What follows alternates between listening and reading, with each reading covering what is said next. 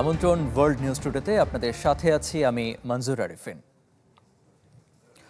কলকাতায় হোটেল শিখাইনে অগ্নিকাণ্ডে নিহত বাংলাদেশিদের মরদেহ দেশে আসবে শনিবার। হস্তান্তরের অপেক্ষায় আছেন নিহতের স্বজনরা। এরই মধ্যে নিহত দুই ভারতীয়ের মরদেহ ময়নাতদন্ত শেষে পরিবারের কাছে হস্তান্তর করা হয়েছে। এদিকে শিখাইন হোটেলে অগ্নিকাণ্ডের পর সামনে আসছে একের পর এক অব্যবস্থাপনার তথ্য। প্রাথমিক তদন্তে জরুরি বের হওয়ার পথের সমস্যা, পর্যাপ্ত আলো বাতাস চলাচলের অভাব এবং কিছু কিছু কক্ষে জানালা না থাকার বিষয়গুলো সামনে এসেছে। ঘটনার তদন্তে কলকাতা পুলিশের বিশেষ দল কাজ করছে। বৃহস্পতিবার সন্ধ্যায় নিয়ে বৈঠক করেছে পুলিশ এবং কলকাতার ব্যবসায়ী সমিতি। বৈঠকে ফায়ার সার্ভিস এবং ট্রেড লাইসেন্স রাখা সহ বেশ কিছু নির্দেশনা দেওয়া হয় হোটেল মালিকদের। দর্শক, কলকাতা থেকে অগ্নিকাণ্ডে নিহতদের মরদেহ হস্তান্তর প্রক্রিয়ার সবশেষ জানাতে যুক্ত হচ্ছেন সহকর্মী শুভজিৎ পুততুণ্ড। শুভজিৎ, হস্তান্তর প্রক্রিয়ার শিডিউল সম্পর্কে জানাবেন, কোন রুটে দেশে আনা হচ্ছে এবং এও জানাবেন এই মর্মান্তিক দুর্ঘটনার পর পর্যটকদের নিরাপত্তায় কি ব্যবস্থা নেওয়া হচ্ছে, বৈঠকে কি বলা হয়েছে? শুরু থেকে বলি, ঘটনা যে 7 জন বাংলাদেশি নাগরিক এখানে মারা গিয়েছেন তাদের যে পুলিশ রিপোর্ট অর্থাৎ প্রাইমারি যে জিডির একটা কপি, এটা ইস্যু করতে হয় থানা থেকে। এই জিডির কপির উপরে বেস করেই কিন্তু হাই কমিশন তাদের ক্লিয়ারেন্সগুলো পরপর দেয়। এনওসির কপি দিতে হয় বা বাকি যে ক্লিয়ারেন্সগুলো পরপর সেখান থেকে যায়, এবং হাই কমিশন ক্লিয়ারেন্স করার পরে এফআরআর ক্লিয়ারেন্স তৈরি হয় এবং তারপরে কিন্তু মৃতদেহ যে একেবারে সীমান্ত পারাপারের জন্য সেটা উপযুক্ত বলে ধরে নেওয়া হয়। সমস্যা সেখানে হচ্ছে থানা তাদের যে জিডির কপি সেটা ইস্যু করেনি। হাই কমিশন তাদের পেপারস পত্র রেডি করে রেখে দিয়েছে, শুধু তাদের জিডির কপি পেলে বাকি কপি তারা প্রসেসগুলো শুরু করতে পারে। এফআরআরও তারাও কিন্তু এক প্রকার তাদের কাজকর্ম শেষ করে রেখেছে, কারণ এফআরআর ক্লিয়ারেন্স যদি না থাকতো এতক্ষণে পোস্টমর্টমে পুরোপুরি হতো না। পোস্টমর্টম পর্যন্ত হয়ে গেছে, সব কমপ্লিট। শুধুমাত্র থানা তাদের জিডি দিচ্ছে না। এইখানে থানা কেন জিডি দিচ্ছে না এইটা নিয়ে কিন্তু একটা সমস্যাটা, মোবাইল হারিয়ে গেলে মানুষ জিডি করে, সেটা কিন্তু কয়েক মুহূর্তে হয়ে যায়। সেখানে 7 জন মানুষ মারা গিয়েছে, দুই দেশের সরকার সেখানে ইনভলভ রয়েছে, তারপরেও জিডি হচ্ছে না। এখানে একটা কথা বলা হচ্ছে যে সিট গঠন করা হয়েছে, উচ্চ পর্যায়ে তদন্ত কমিটি, তারা তদন্ত চালাচ্ছেন, কিন্তু তদন্তের কোন পর্যায়ে এসে জিডির কপি দিতে বাধা দেওয়া যাচ্ছে সেটা কিন্তু এখনো জানা যায়নি। এটা গেল প্রথম ইস্যু। দ্বিতীয় ইস্যু হচ্ছে, কালকে বিকেলের পর এখানে কিন্তু কলকাতা পুলিশ একটা ইনফরমাল বৈঠক করেন মূলত যে ব্যবসায়ী সমিতির যারা নেতা তাদের সঙ্গে। সেখানে একদম স্পেসিফিক আমি বলছি, পার্ক স্ট্রিট থানার ওসি গৌতম বাবু, তিনি একদম সরাসরি বলেন, গৌতম চ্যাটার্জি, তিনি সরাসরি বলেন একটা কথা, সেটা বলছেন তিনি, যারা মারা গেছে, যে 7 জন মারা গিয়েছে তারা দুর্ভাগ্যজনক মৃত্যু। কারণ তারা যখন কলকাতা এসেছে এই ব্যবসায়ীদের ভরসা করে এসেছে, ব্যবসায়ীদের উচিত তাদের নিরাপত্তা দেওয়ার। যারা এসেছে তারা খুব বিত্তবান নয়, তাই তারা 1000-1200 হোটেলে রয়েছে, তারা খুব বিত্তবান নয়। ব্যবসায়ীরা তাদের কি নিরাপত্তা দিতে পেরেছে সেই নিয়ে তিনি প্রস্তুত হলেন। একাধিক সুরক্ষাবিধির কথা তিনি বলেন, যেখানে ফায়ার অ্যালার্ম, সিসিটিভি, এমনকি রাতের বেলা গেট বন্ধ রাখা যাবে না, বিভিন্ন সুরক্ষাবিধির কথা বলেন। তার মাঝে একটা কথা তিনি বলেছেন যারা মারা গেছে তারা সিস্টেমের জন্য মারা গেছে। তিনি কিন্তু স্পেসিফিক বলেছেন, তারা যারা মারা গেছে সিস্টেমের জন্য মারা গেছে। তারা কার্বন, তাদের অক্সিজেনের সঙ্গে তারা নিঃশ্বাস নিয়েছে, কার্বন শরীরের ভেতরে ঢুকে তারপরে তারা মারা গিয়েছে। তার মধ্যে একটা শিশুও ছিল। তার খারাপ লাগছিল তিনি এই উপরে যাননি, কারণ উপরে তার খারাপ লাগছিল, এই মৃতদেহগুলো তিনি দেখতে চাননি। সিনিয়র অফিসারদের কথাই গেছেন, তিনি যখন গেছেন তখন তিনি যখন একদম হলটা দেখেছেন, তিনি বুঝতে পেরেছেন যে এটা কোনো হোটেল ছিল না, একটা হল রুম ছিল। যে হল রুমকে ভেঙে দুপাশে ডানে বায়ে রুম করা হয়েছে, মাঝখানে একটা সরু গলি বের করে দেওয়া হয়েছে এবং সামনে একটা টেবিল স্পেস করে দেওয়া হয়েছে, যে টেবিল স্পেসটা একটা ম্যানেজারের বসার মতো জায়গা। এটা কোনোভাবেই একটা হোটেলের চিত্র হতে পারে না। এবং যেহেতু হল রুম ছিল, তার উপরে ফল সিলিং করা হয়েছে, ফলে ধোঁয়া, আগুন এক জায়গায় লাগলেও ধোঁয়াটা ফল সিলিং এর মাধ্যমে সারা হল জুড়ে ছড়িয়ে গেছিল, এবং এই ধোঁয়া যেহেতু ঢোকা বেরোনো রাস্তা এক জায়গাতেই স্ট্রাক্ট হয়ে গেছে। এরপরেই কিন্তু তারা কলকাতা পুলিশ বা এই নিউ মার্কেট থানার পুলিশ তারা উদ্যোগ নিয়েছে, পার্কস্ট্রিট থানার পুলিশ উদ্যোগ নিয়েছে, মূলত এই এলাকাগুলোর যে অগ্নিনির্বাপণ ব্যবস্থা সেটা ঢেলে সাজানোর। সিট গঠন হয়েছে কলকাতা একদম যেটা বলা যায় পৌরসভার পক্ষ থেকেও ব্যাপকভাবে একটা কমিটি গঠন করা হচ্ছে, সমস্ত হোটেলের ফায়ার অডিট রিপোর্ট চেয়ে পাঠানো হচ্ছে। এই গোটা ঘটনা কিন্তু রীতিমতো এখানে নাড়া দিয়েছে। কিন্তু তার থেকে বড় কথা, যারা মৃতদেহ যারা নিতে এসেছে সে স্বজনরা, তাদের সাথেও পুলিশ কথা বলেছে।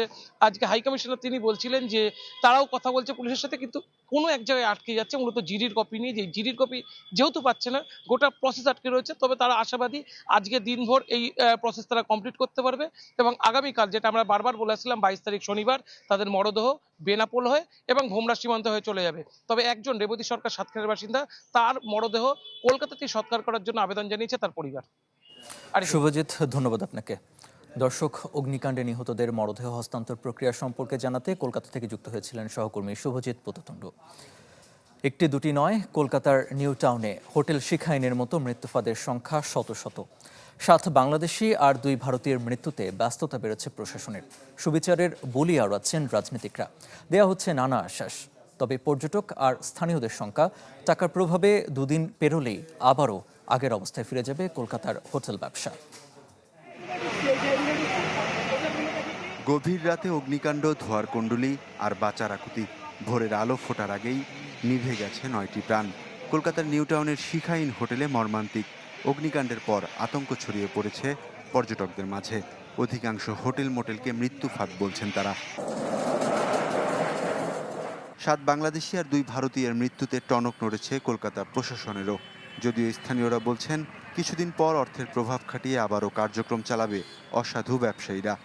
তাহলে যারা আসবে অতিথি দেব হব, তাহলে তার জন্য আমরা এখানে কি ব্যবস্থা করেছি, তাহলে আমাদের পর্যটন দপ্তর, আমাদের পুলিশ দপ্তর, আমাদের অগ্নি নির্বাপক দপ্তর, আমাদের পুরসভা, তারা কি ব্যবস্থা নিয়েছে যে কেউ যদি রামপুরহাটে যায়, কেউ যদি আমাদের এখানে আসে, তাহলে কলকাতায়, তাহলে সে আগুনে দগ্ধ হয়ে কেন মরবে।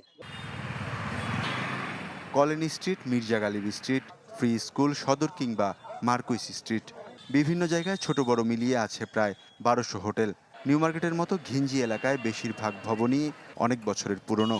বসবাসের অনুপযোগী এসব আবাসিক ভবনকে রংচং করে দেয়া হয়েছে বাণিজ্যিক রূপ। বেশিরভাগ গেস্ট হাউসেরই অবস্থা গোলকধাঁধার মতো। একবার প্রবেশের পর বের হওয়ার পথ খুঁজে পাওয়া কঠিন। 3-4টে করে হোটেল আছে, দেখা যাচ্ছে যে একটু ছোট ছোট অনেকে একটু পয়সা কম দিয়ে থাকতে চাইলে এরকম হোটেল একটু খোঁজে। এখন সেই ক্ষেত্রে আপনি পয়সা কম দিলে তো নিরাপত্তা যথেষ্ট ব্যবস্থা ছিল না। করুণ দশা হোটেলগুলোর ইলেকট্রিক ওয়্যারিংয়েরও। যত্রতত্র ঝুলছে বৈদ্যুতিক তার। কয়েক দশকের পুরনো লিফট, নেই অতিরিক্ত সিঁড়ি। এতে জীবনের ঝুঁকিতে শত শত পর্যটক। হোটেল শিখাইনে অগ্নিকাণ্ডের পর বাংলাদেশি পর্যটকদের নিরাপত্তা নিয়ে সরব বিজেপি ও সিপিএমের নেতাকর্মীরা। অতীতে তৃণমূল সরকারের আমলে বেআইনিভাবে গড়ে ওঠা বাণিজ্যিক ভবনগুলোর বিরুদ্ধে দ্রুত ব্যবস্থা নেওয়ার আশ্বাস দেন তারা। ফায়ার এক্সিট না থাকা সহ নানা অনিয়মের পরও কে বা কারা লাইসেন্স দিয়েছে তা নিশ্চিত করে বিচারের আওতায় আনার দাবি স্থানীয় সহ পর্যটকদের। ওয়ালিউল্লাহ ফারুক, চ্যানেল 24। ইরানের বিরুদ্ধে নতুন করে কঠোর অর্থনৈতিক নিষেধাজ্ঞার ঘোষণা দিয়েছে যুক্তরাষ্ট্র। ইরান সরকারের অর্থনৈতিক সক্ষমতা কমাতে এমন সিদ্ধান্ত বলে দাবি মার্কিন ট্রেজারি সেক্রেটারি স্কট বেসেন্টের। উদ্যোগের সমালোচনা করেছে চীন ও ইরান। এর মধ্যেই হরমুজ প্রণালীতে কমেছে জাহাজ চলাচল, বেড়েছে জ্বালানি সরবরাহ নিয়ে উদ্বেগ। অন্যদিকে আঞ্চলিক সহযোগিতা বাড়াতে ইরাক সফর করছেন ইরানের পার্লামেন্ট স্পিকার মোহাম্মদ বাঘের গালিবাফ। 2 দশক ধরেই যুক্তরাষ্ট্রের বহুমুখী অর্থনৈতিক নিষেধাজ্ঞায় আছে ইরান। এবার ওয়াশিংটন ঘোষণা দিয়েছে ইতিহাসের সবচেয়ে কঠোর নিষেধাজ্ঞা আরোপ করার। মার্কিন ট্রেজারি সেক্রেটারি স্কট বেসেন্ট বলেছেন, তারা চায় ইরান সরকারের অর্থনৈতিক ভিত দুর্বল করতে। বেসেন্টের এই সতর্কবার্তা শুধু ইরানের জন্য নয়, এমনকি ইরানের সাথে ব্যবসা চালিয়ে যাওয়া দেশ ও প্রতিষ্ঠানের বিরুদ্ধেও। তবে ওয়াশিংটনের এই চাপের বিরোধিতা করেছে চীন। বেইজিংয়ের দাবি, নতুন করে নিষেধাজ্ঞা আরোপ করলেই চলমান বিরোধের সমাধান হবে না।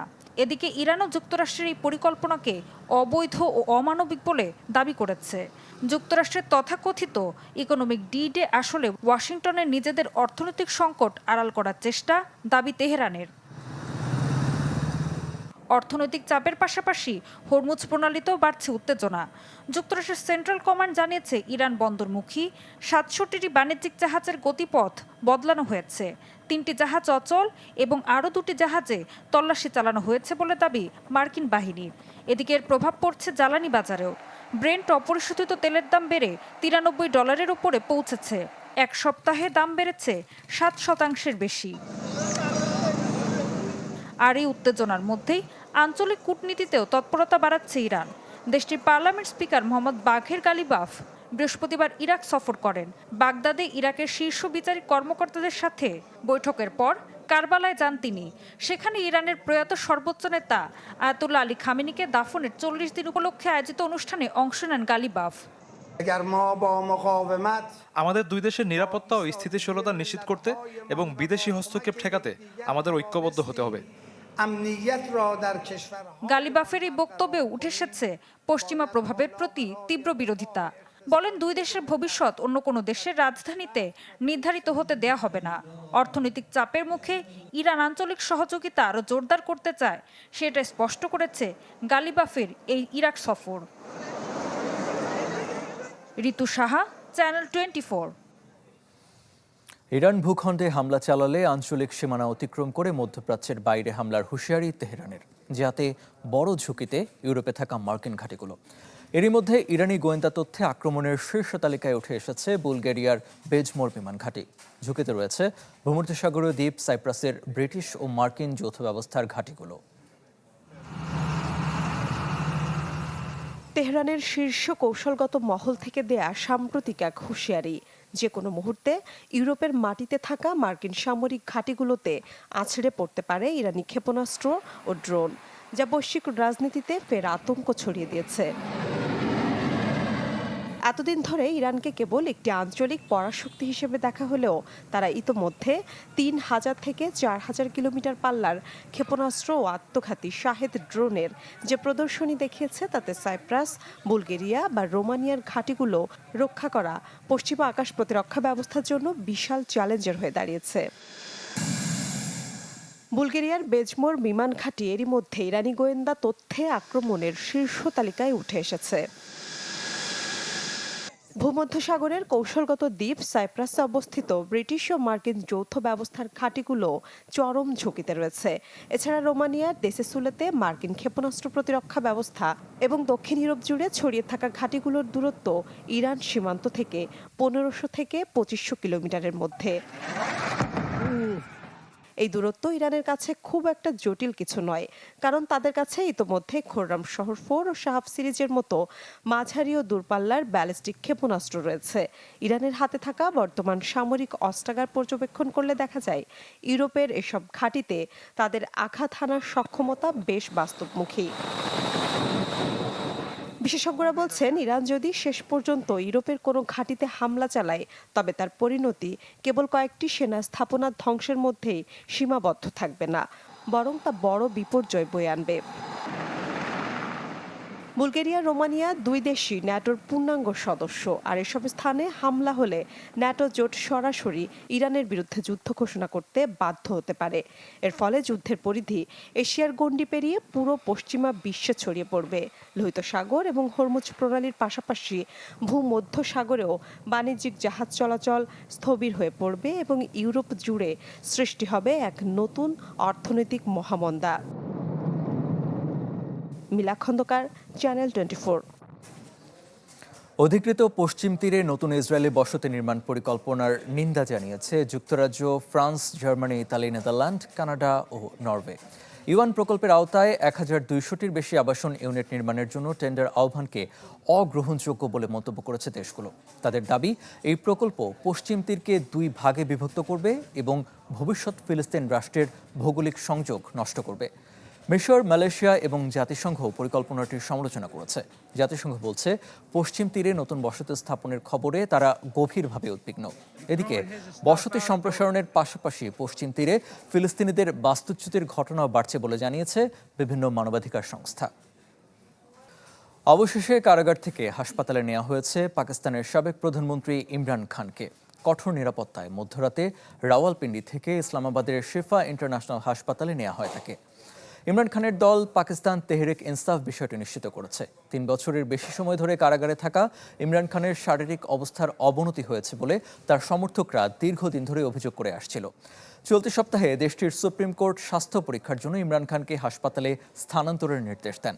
একই সঙ্গে তার ব্যক্তিগত চিকিৎসক সহ একটি মেডিকেল প্যানেলকে চিকিৎসায় যুক্ত থাকারও নির্দেশ দেওয়া হয়। পাকিস্তান সরকার এই নির্দেশনা মানতে না চাইলেও তাতে সম্মতি দেয়নি সুপ্রিম কোর্ট।